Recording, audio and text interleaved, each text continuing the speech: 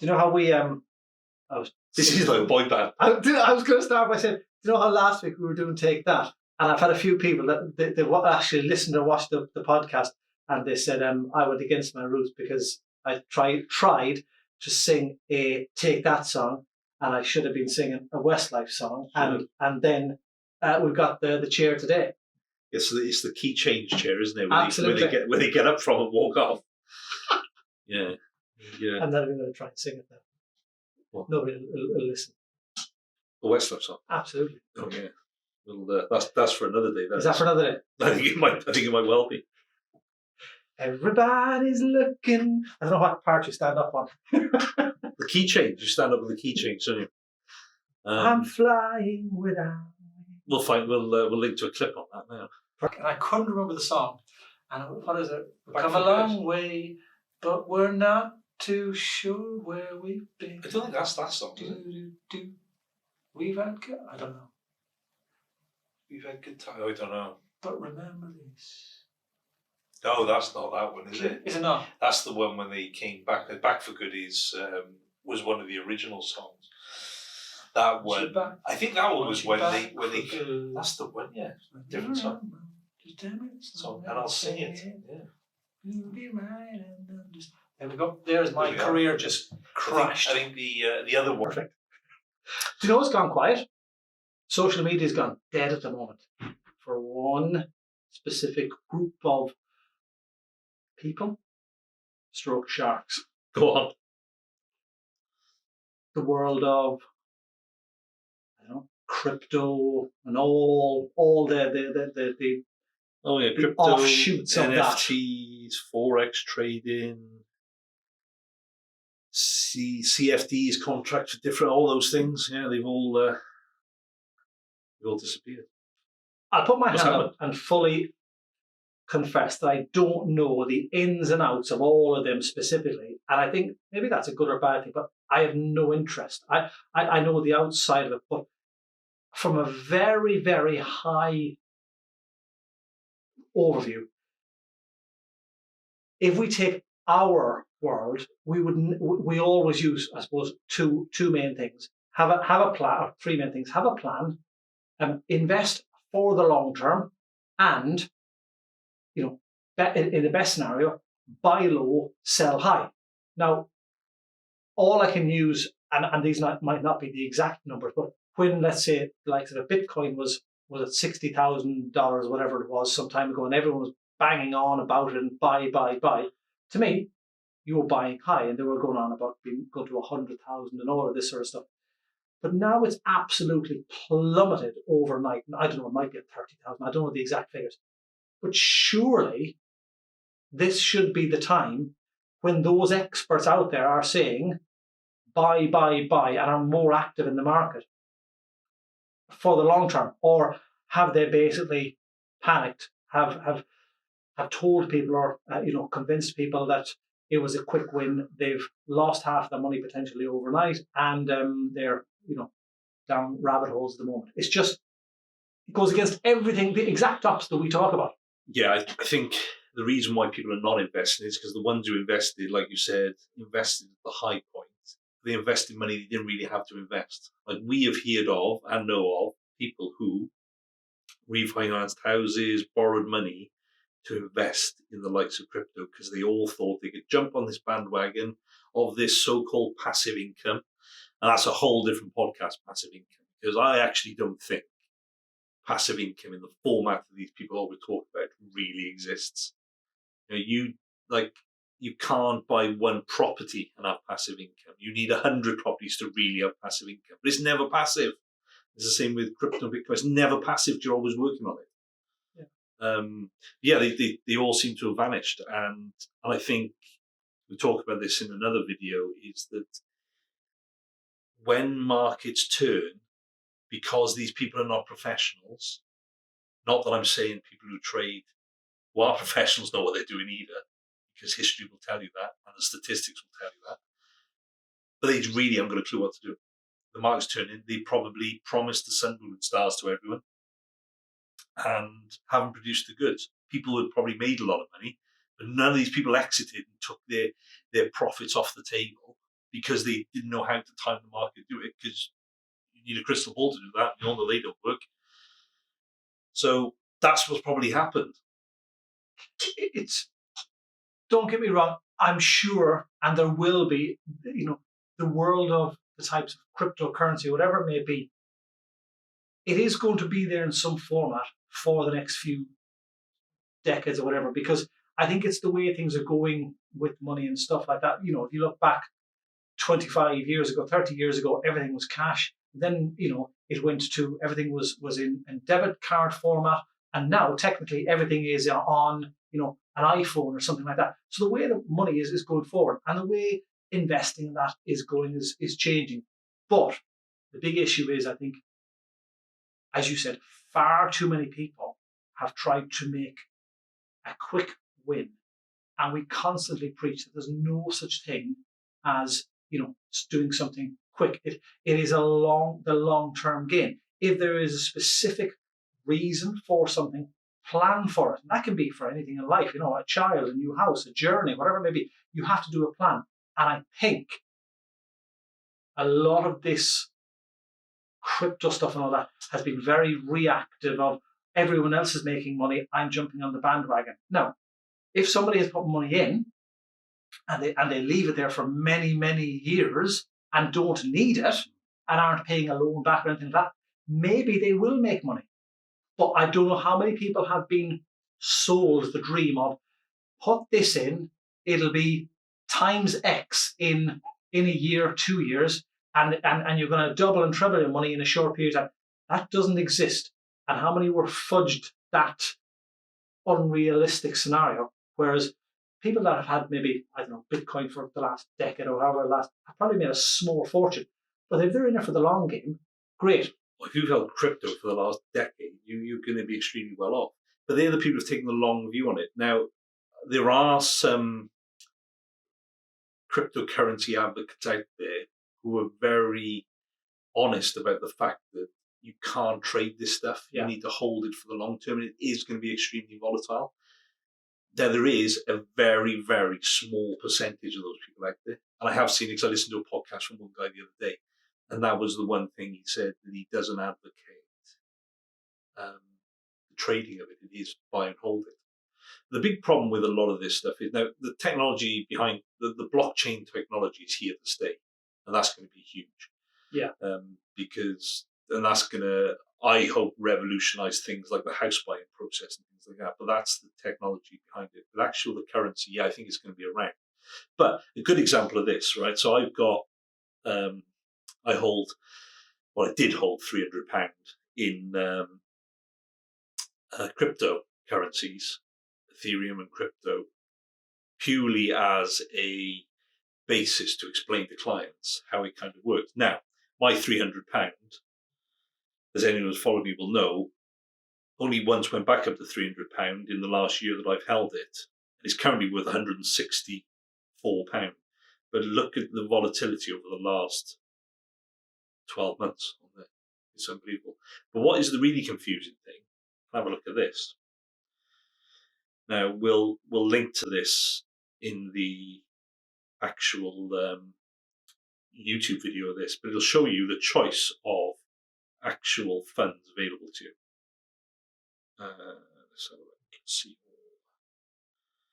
See if we can find them. See all. Right, okay. So this is here. You haven't seen this before, right? This is the list of all the crypto coins. Right, look, I'm still going. I'm still scrolling. I'm still scrolling. Still scrolling. This goes on and on. I got bored of scrolling the other day. Right? And like some of these things, like 14 pence is the value of the share. Like 82p, 69p. Like Titan Swap. What's that? Hedge Trade, Hexro, ASD. Grab a blindfold, swipe your thumb up, and then where it stops, you pick. And that's as good a choice as anyone else. The volatility is unbelievable. Like look at some of these here. Down 0.8%, up 8%, down 3.8%, up 10%, down 18%. It's just like, it's unbelievable. But I'm still going here. I'm still scrolling while we're on this. And it's still, we've hit the bottom, have we? Oh, we have. No, it's still spinning. But how crazy is that? Like, look at all these effective, tradable. This is just on one platform. It's unbelievable. The fear of just seeing something like that is now, even in our day job where we have a CIP called a centralized investment process, we have to have due diligence done every year on why we pick the platform that we've done, and different markers to bench against, plus what we're picking in terms of where people put their money, the funds as a portfolio. So it's benchmark, and we review that annually. Somebody that is unregulated can just say, well, look what has performed over the last 12 months, and you can pick a very, very short period of time, and it can look very, very enticing. But like we all know, you don't look at 5 days, you look at 5 years, because short term is not right. But none of those coins on that screen or any of those investments are protected by the Financial Services Compensation Scheme. Yeah. So if your money disappears or you lose it, you have zero recourse. Zero. You can't get your money back. Everything we invest in are retail funds. Therefore, you have cover from our PII insurance and the Financial Services Compensation Scheme. I think that the whole crypto thing, and I know it's kind of encompassing everything, and probably the forex trading, whatever it may be. I think it's all based on the greater fool theory that you don't look at it as a long-term strategy. You look at it to try and get in, make something quickly, and get out, and you've made a profit, and you're hoping that there is a greater fool that will buy it from you at a higher price, and you can get shot of it. And that's no way to plan a future or anything with money. Fine, if it's 50 quid and you're having a bit of a giggle, it's no different than putting it on red, black, or green on the roulette wheel. If that's what you want, is a bit of a fun evening out. But doing that with a large sum of money, and large sums of money can range from £100 for somebody to £100,000. It's all the large sum of money is all relevant to you as an individual, but investing in that way is not investing to me.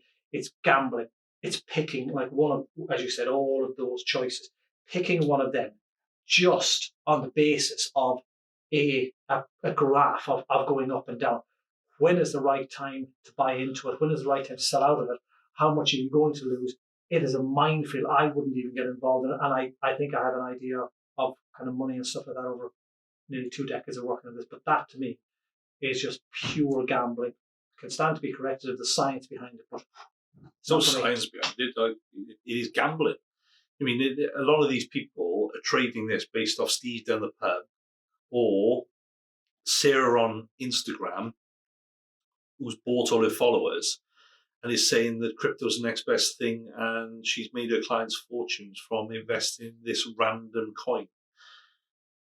But it is. It's just, it is gambling. There's no doubt about it. Okay, it is gambling, and people are putting a lot of risk on the table by investing in these things. Now, don't get me wrong. If it's part of an overall portfolio of, say, maybe makes up 5% of your overall investment portfolio, then that's okay. Okay, and I'm saying that but you'd have to do it because any financial advisor won't invest that for you. But it's a small percentage of your overall assets. Yeah, and that is diversification to an extent, but there is a good chance you will lose all that 5%. Now, and that's the difference. People are investing their rent for next month on this, and that's all the money they have.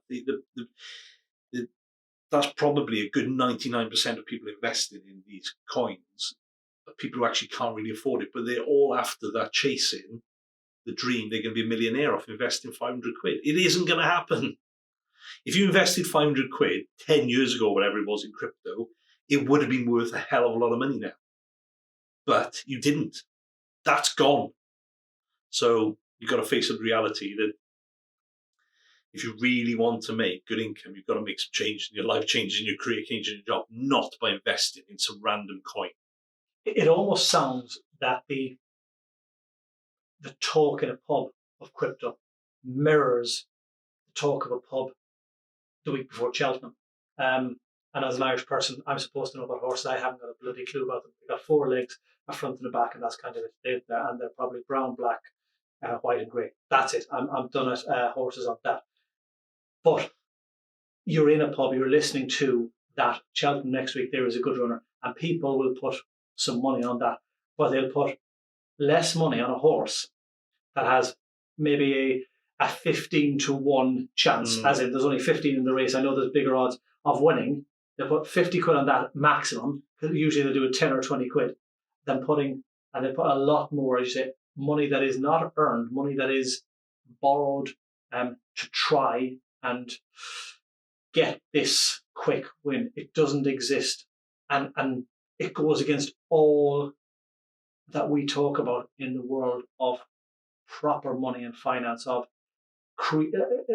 think of a destination, an end plan, create the roadmap towards that, invest for the long term, hold some money back as an emergency, don't put all eggs into one basket, don't look at the short term, look at the long term, don't be worried when it goes down in value, don't be excited when it goes up in value, because the overall goal is many years down the line. Know that everything that we talk about is the exact opposite to all of this stuff.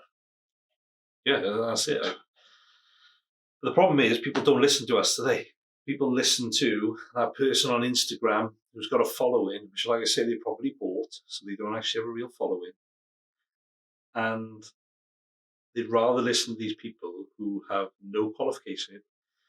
You know, we've been doing this collectively for over 30 years now. You know, you're a certified financial planner, an internationally recognized qualification at the highest level in our professional industry. Makes me sound intelligent. Wow. I'm a chartered financial planner, which is the highest recognition you can hold in the UK for financial services. We kind of know what we're doing. We don't know all the answers, don't get me wrong, because I don't think anyone does. You never stop learning. But people don't listen to people like us. They listen to Sarah on Instagram, who's professing to be a crypto gambler and very good at it, but probably isn't. Actually, probably doesn't even make any money herself. Makes her money from actually charging people to tell them how to make money from it. And that's the problem. Call somebody out. Is there a crypto person that's on Instagram that will come in and sit down and explain it to us and explain the pros and cons of everything against why you would do it? Openly, look, we'll happily be converted. You know, if someone can tell us, actually, this isn't gambling, and you know, you can make money from this in the short term or long term. I kind of get you potentially can in the long term, but I'd like to know. Yeah, happily, someone come on this show. You can make money from everything from the long term, because all you're doing is going, it will make. But I suppose you caveat that by going, if you invest in, you don't know what's going to happen. But if you invest in the good companies, the great companies of the world, you know, Ford's, Mercedes, VW, Coca-Cola, all of these, they all make a profit. And when they make a profit, they pay out dividends. And when they pay out dividends, you get more money back. So if you are a shareholder, you will make more money. You will make money all of the time, because historically they've done that. And Shell, all of these. Whereas I don't know the fundamentals of an intangible thing such as a piece of digital currency or asset. Yeah. Somebody come on, explain. More than happy to sit between us. Pros, cons, and all of that. How they're protected, how they're charged, all of the stuff that we have to talk to people. Why you would tell somebody to do something rather than why you would tell the masses all to do the same thing before you understand the needs, goals, objectives of that person, and then fudge or hide potential losses, the no repercussions to the individual, and what the charges are. If somebody can sit down, it'd be a great chat to have. So there it is. Challenge opened up. Come on the show and tell us we're wrong. Do I start singing now? No, that's next week.